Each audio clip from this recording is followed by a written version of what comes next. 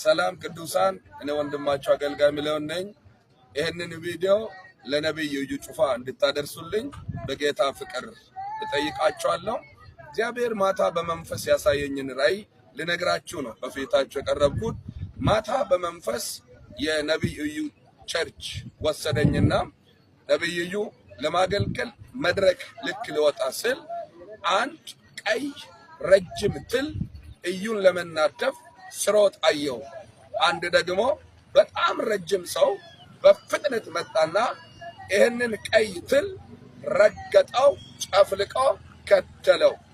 ነብዩ ጩፋ ሌሎችም ቅዱሳን ደስ ይበላችሁ ትሉ ሞቷል። ደግሞ ከቸርች ውጪ ወጣውና የእዩ መኪና ዙሪያ ሌሎች ትሎች ከቦ አየው። አንድ ሹፌር የሚመስል ነገር የመኪናውን ጎማዎች ግሪስ በሚመስል ቅባት ዙሪያውን ሲቀባየው።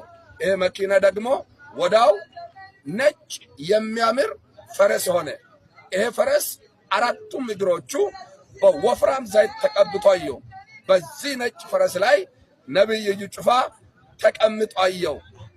እዩ እግዚአብሔር ከፊትህ ሌላ የክብር ዘመን አምጥቷል፣ ደስ ይበልህ።